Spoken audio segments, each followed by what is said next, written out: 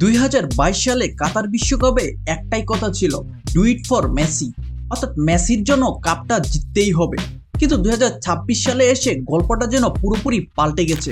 এখন আর্জেন্টিনা আর মেসির দিকে তাকিয়ে থাকা দল নয়, বরং তারা এখন বিশ্বের অন্যতম ভয়ঙ্কর এবং কমপ্লিট একটি ফুটবল দল। 2026 বিশ্বকাপ শুরু হতে মাত্র 6 মাস বাকি। এরই মধ্যে শেষ হয়ে গেছে বিশ্বকাপের ড্র। 48 দলের এই বিশ্বকাপের গ্রুপ জেতে আর্জেন্টিনার প্রতিপক্ষ আলজেরিয়া, অস্ট্রিয়া এবং নবাগত জর্ডান। আর আজকের ভিডিওতে আমি আপনাদের দিব 5টি সলিড এবং ডাটাবেস কারণ কেন লিওনেল স্কালানির এই আর্জেন্টিনা 2026 সালেও বিশ্ব চ্যাম্পিয়ন হতে যাচ্ছে। 2026 সালের বিশ্বকাপ অনুষ্ঠিত হতে যাচ্ছে আমেরিকা, মেক্সিকো এবং কানাডায়। আমরা এখন দাঁড়িয়ে আছি 2025 ডিসেম্বরে।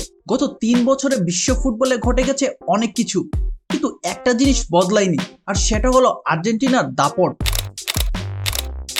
কনমেবল বা ল্যাটিন আমেরিকার বাছাই পর্বে আর্জেন্টিনা এবার যা করেছে তাকে আপনি দাপট না বলে কি বলবেন। 38 পয়েন্ট নিয়ে টেবিলের শীর্ষে থেকে বিশ্বকাপে জায়গা করে নিয়েছে। এতে তারা প্রমাণ করেছে যে কাতার বিশ্বকাপ কোনো অঘটন ছিল না। বিশেষ করে বুয়েনোস আয়ার্সে মেসিকে ছাড়াই ব্রাজিলকে 4-1 গোলে হারানোর সেই ম্যাচটার কথা মনে আছে? ওটাই ছিল সিগন্যাল আর্জেন্টিনা থামতে আসেনি। তো আসুন সরাসরি চলে যাই 5 পয়েন্টে কেন আর্জেন্টিনাই জিতবে 2026 বিশ্বকাপ। Point number 1, স্কলোনেটা 2.0। প্রথম এবং সবচাইতে গুরুত্বপূর্ণ কারণ হলো দ্য ইভলিউশন অফ স্কলোনেটা। কাতার বিশ্বকাপের আর্জেন্টিনা আর আজকের 2025-এর আর্জেন্টিনার মধ্যে রয়েছে বিশাল তফাৎ। আগে তাদের প্ল্যান কি ছিল? বল পাস করো মেসিকে, সে কিছু একটা করবে। কিন্তু স্কলানির বর্তমান সিস্টেমে মেসি এখন ইঞ্জিনের বদলে কম্পাস বা দিক নির্দেশক হিসেবে কাজ করছে। গত 2 বছরে আমরা দেখেছি মেসি ছাড়াও এই দলটা কিভাবে বড় বড় দলকে প্রেস করে রীতিমতো শ্বাসরোধ করে দিয়েছে। গত 20 ম্যাচে আর্জেন্টিনার পজিশন রেট ছিল 62%। অর্থাৎ তারা এখন শুধু কাউন্টার অ্যাটাক নয়, বরং বল পায়ে রেখে খেলা নিয়ন্ত্রণ করতেও শিখে গেছে। স্ক্যালানির ট্যাকটিক্যাল ফ্লেক্সিবিলিটি, কখনো 4-3-3-তে অ্যাটাক, আবার লিড থাকলে 4-4-2-তে সলিড ডিফেন্স। এই অ্যাডাপ্টিবিলিটি তাদের 2026-এর সবচেয়ে বড় দাবিদার করে তুলেছে। পয়েন্ট নাম্বার 2, বিশ্বজয়ী ত্রয়ী প্রাইম টাইম। দ্বিতীয় কারণটি হলো দলের ইঞ্জিন রুম। 2022 সালে অ্যাঞ্জো ফার্নান্দেস, ম্যাক অ্যালিস্টার এবং হুলিয়ান আলভারেজরা ছিলেন তরুণ উদীয়মান তারকা। আর এখন 2026-এ এসে এদের বয়স 25 থেকে 27-এর কোঠায়। ফুটবলের পরিভাষায় এটাকে বলা হয় পিক টাইম, অর্থাৎ খেলোয়াড়দের সেরা সময়।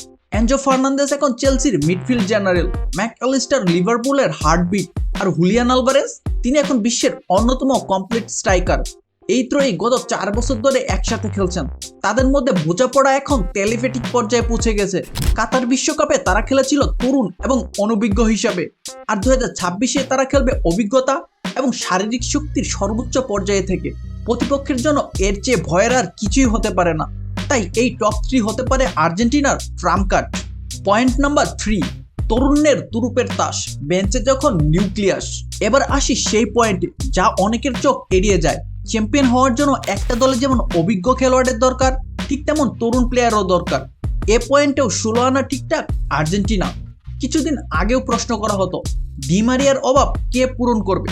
তার উত্তর আমরা অলরেডি পেয়ে গেছি, কেননা তার পজিশনে স্কালানির হাতে রয়েছে একাধিক অপশন। আর তারা হলেন আলেহান্দ্রো গার্নাচো, ফ্রাঙ্কো মাস্তান্তুনো এবং থিয়াগো আলমাদা। চেলসি এবং আর্জেন্টিনার জার্সিতে গার্নাচো এখন সেই এক্সপেন্সিভ উইঙ্গার যে 1v1 পরিস্থিতিতে যে কোনো ডিফেন্ডারের ঘুম হারাম করে দিতে পারে। ফ্রাঙ্কো মাস্তান্তুনো খেলছেন বিশ্বের অন্যতম জায়ান্ট ক্লাব রিয়াল মাদ্রিদে। রিভার প্লেটের হয়ে অসাধারণ পারফরমেন্স করার জন্য তাকে দলে টেনে নেয় রিয়াল। অন্যদিকে থিয়াগো আলমাদা আছেন আরেক স্প্যানিশ জায়ান্ট ক্লাব অ্যাটলেটিকো মাদ্রিদে। তবে তাদের সবাইকে ছাড়িয়ে মিডফিল্ডে চমক দেখাতে পারে নিকো পাস। রিয়াল মাদ্রিদ থেকে ইতালিয়ান ক্লাব কোমোতে যোগ দেওয়া নিকো এরই মধ্যে সবার নজর কেড়েছেন। এই সিজনে 15 ম্যাচ খেলে করেছেন 5 গোল এবং 5 অ্যাসিস্ট। এই ডেপথ বা বেঞ্চের শক্তি আর্জেন্টিনাকে এমন এক অবস্থায় নিয়ে গেছে যেখানে স্টার্টারটা ক্লান্ত হলেও কোনো সমস্যা নেই। বদলি হিসাবেও যারা নামেন তারাও ম্যাচের মুড ঘুরিয়ে দিতে পারেন। Points number 4, Dibu gang, the opponents nightmare. Sir Alex Ferguson একবার একটা কথা বলেছিলেন, অ্যাটাক তোমাকে ম্যাচ জিতাবে কিন্তু ডিফেন্স জিতাবে টুর্নামেন্ট। আর্জেন্টিনার বর্তমান ডিফেন্স লাইন এবং গোলকিপার বিশ্বের যে কোনো দলের জন্য এক বিভীষিকা। এমিলিয়ানো দিবো মার্টিনেস, বড় বড় ম্যাচে তার মতো মানসিক শক্তির গোলকিপার বর্তমান বিশ্বে দ্বিতীয়টি নেই। আর ম্যাচটি যদি পেনাল্টি শুট আউটে যায় তাহলে তো তার কোনো বিকল্পই নাই। কেননা এতদিনে একটা কথা প্রতিষ্ঠিত হয়ে গেছে যে পেনাল্টি শুট আউট মানে যেন আর্জেন্টিনার 100 গোলের লিগ। আর এর পিছনের সবচেয়ে বড় অবদান হচ্ছেন এমিলিয়ানো দিবু মার্টিনেজের। অন্যদিকে তার ব্যাকআপ হিসাবে আছে আরেক মনস্টার হেরোনিমো রুলি। এই সিজনে ফরাসি ক্লাব মার্সের হয়ে রীতিমতো উঠছে এই 33 বয়সী গোলকিপার। লিগে 13টি ম্যাচে স্টার্ট করে 38টি সেভ করেছেন, রেখেছেন 5টি ক্লিন শিট। আর তার সামনে কুটি রোমেরো এবং লিসান্দ্রো মার্টিনেজ। এই জুটি এখন ডিফেন্ডিংটাকে শিল্পের শেষ পর্যায়ে পৌঁছে গেছেন। সদ্য ইনজুরি থেকে মাঠে ফিরেছেন লিসান্দ্রো মার্টিনেজ। একসাথে তারা শুধু বল ক্লিয়ার করে না, তারা প্রতিপক্ষকে মানসিকভাবে একদম ভেঙে দেয়। তাছাড়াও তাদের সামনে রয়েছে অভিজ্ঞ অটামেন্ডি। যদিও তাদের ফুলব্যাক নিয়ে কিছুটা সমস্যা আছে, তবে শেষ 10 ম্যাচের 7টিতেই ক্লিন শিটই বলে দেয় তাদের ডিফেন্স লাইন কতটা compact. Point number 5, the last dance of goat. সবকিছু ঠিকঠাক থাকলে 2026 বিশ্বকাপে হতে যাচ্ছে লিওনেল মেসির শেষ বিশ্বকাপ। কাতার বিশ্বকাপের তাজা সুখকর স্মৃতি নিয়ে নিজের শেষ বিশ্বকাপ খেলতে নামবেন তিনি। আর 2026 বিশ্বকাপ টেকনিক্যালি আমেরিকার মাটিতে হলেও এটাকে মেসির হোম টুর্নামেন্ট বললেও ভুল হবে না। কেননা লিওনেল মেসি অনেকদিন ধরেই আছেন ইন্টার মায়ামিতে। তার হাত ধরে মায়ামি জিতে নিয়েছে তাদের ইতিহাসের প্রথম MLS ট্রফি এবং লিগ কাপ। তাই তিনি আমেরিকার আবহাওয়া এবং মাঠের সাথে পুরোপুরি মানিয়ে নিয়েছেন। 39 বছর বয়সী মেসি হয়তো প্রতি ম্যাচেই 90 মিনিট দৌড়াবেন না, কিন্তু তার ভূমিকা হবে একজন স্নাইপারের মতো। তিনি গেমের টেম্পো কন্ট্রোল করবেন এবং মুখ্যম সময়ে নিজের জাদুকরী মুহূর্ত উপহার দিবেন। আর গ্যালারির সাপোর্ট, সেই সাথে মেসির শেষবারের মতো বিশ্বকাপ উঁচিয়ে ধরার জেদ, এই ইমোশনাল ফুডসকে কোনো ট্যাকটিক্স দিয়ে মাপা যায় না। তো এই ছিল টপ 5 পয়েন্টস যে কারণে আর্জেন্টিনা 2026 বিশ্বকাপ জিততে পারে। আপনি কি মনে করেন আর্জেন্টিনা আরও একটি বিশ্বকাপ জিততে পারবে?